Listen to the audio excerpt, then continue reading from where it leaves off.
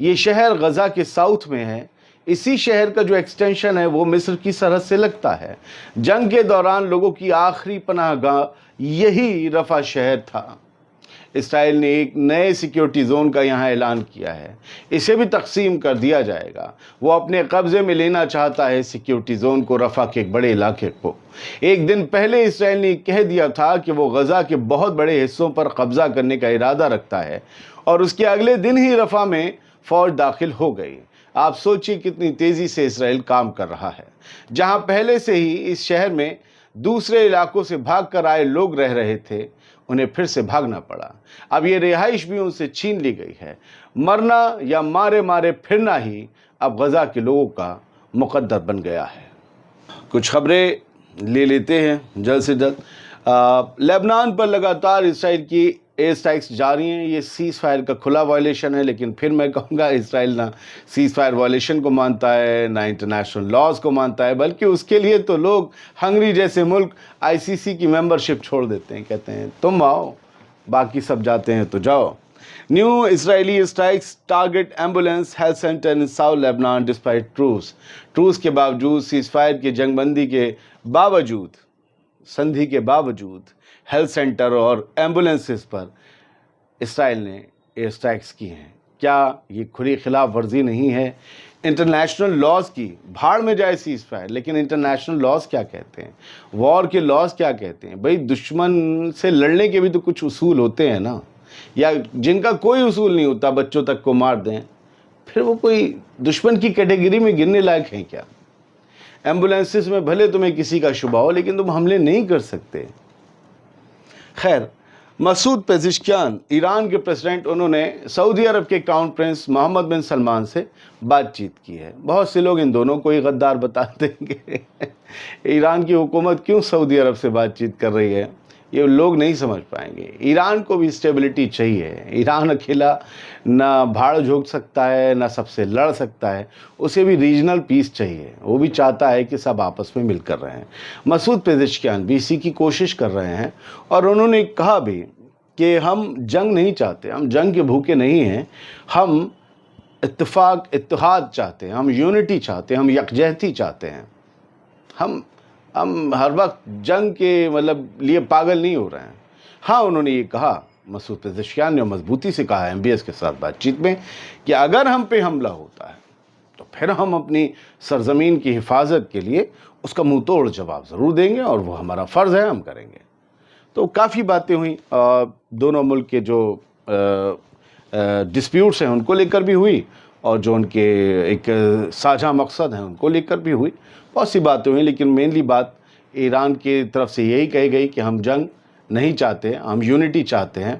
اور یہ ایک طریقے کا میسج بھی تھا کہ اگر US کوئی حماقت کرتا ہے ایران کے اوپر حملہ کرنے کی، تو آپ اپنی زمینوں کا استعمال مت ہونے دیجیے گا، کیونکہ ہم اپنے ریجنل پارٹنرز جو ہیں یا عرب ممالک جو ہیں، ان سے ہم دوستی چاہتے ہیں، ہم ان سے امن چاہتے ہیں، ہم ان کے ساتھ ٹینشنز نہیں چاہتے ہیں. تو یہ ساری باتیں ہوئی ہوں گی. خیر، ایسا اتنا نہیں ہے کہ اوپنلی ہو، بند لفظوں میں بات کی جاتی ہے. میسج بڑے بڑے لوگ بند ہی لفظوں میں دیتے ہیں جب تک بات اچھی ہو. حزب اللہ نے اسرائیلی جو حملے ہیں سیریا، غزہ اور یمن پہ جو لگاتار جاری ہیں، اس کی مذمت کی ہے.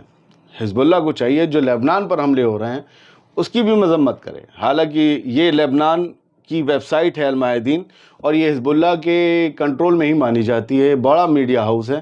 تو المایدین کی جو ہیڈ لائن ہے وہ یہ کہتی ہے کہ حزب اللہ مذمت کر رہا ہے سیریا، غزہ اور یمن پر ہو رہے حملوں کی. حزب اللہ ایک بڑی پارٹی کی طرح یہ کنڈمنیشن کر رہا ہے، لیکن لبنان میں جو حملے ہو رہے ہیں اس کے لیے وہ کچھ نہیں کر سکتا.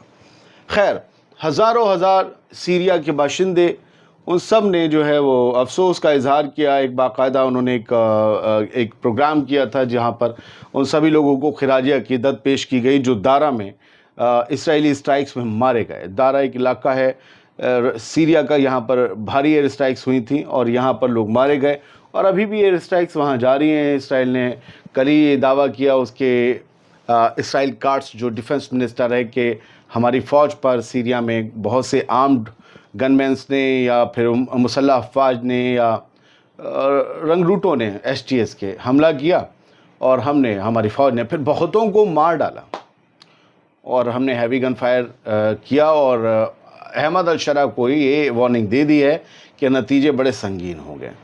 ترکی سے بھی کہہ دیا ہے کہ دور رہنا، اگر تم سوچ رہے کوئی ڈرون بیس بنا لو گے یہاں آ کر تو نہیں ہوگا، ہم نہیں بنانے دیں گے، کیونکہ ہم اپنے لیے کسی بھی خطرے کو سیریا میں پنپنے نہیں دیں گے، اسرائیل کی طرف سے کہا گیا۔ تو ان لوگوں نے یہ جو ہے ایک فیونرل پریئر تھی، نماز جنازہ تھی، ادا کی گئی اور یہاں پر سب نے خراج عقیدت پیش کی، لیکن سیریا کی عام عوام میں اسرائیل کے خلاف غصہ بڑھ رہا ہے۔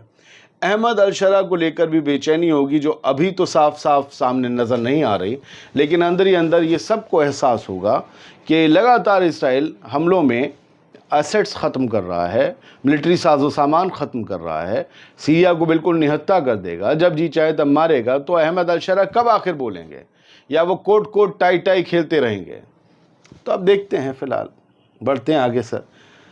اشرق الافسد کی خبر یہ کہتی ہے کہ یونائٹڈ کنگڈم کی پولیس نے 2 لوگوں کو گرفتار کیا ہے کیونکہ ان کے لنکس حزب اللہ سے تھے، کتھت طور پر ان کے لنکس حزب اللہ سے تھے۔ آپ لوگ جو یہاں بہت سے لوگ جے حزب اللہ، جے حماس، جے یہ کیا کہتے ہیں حوثیز، یہ سب لکھتے ہیں، میرا آپ لوگوں کو مشورہ ہے، بس آپ مانیں نہ مانیں اس کے لیے آپ آزاد ہیں۔ آپ لوگوں کی آئی ڈیز یوٹیوب پر، یوٹیوب کی آئی ڈیز، آپ کا انٹرنیٹ کنیکشن، آپ کا فون کا سارا ڈیوائس نمبر، سب کچھ انٹرنیٹ پر ایک کلک میں اویلیبل ہے۔ آپ میں بہت ہمت ہوگی، لیکن بس میں ایک بڑے بھائی کی طرح سمجھا رہا ہوں یا چھوٹے بھائی کی طرح سمجھا رہا ہوں کہ ہوش سے کام لیا کریے کہ ان لوگوں کو اب بتائیے حزب اللہ سے لنک کے اوپر کیوں اٹھایا گیا؟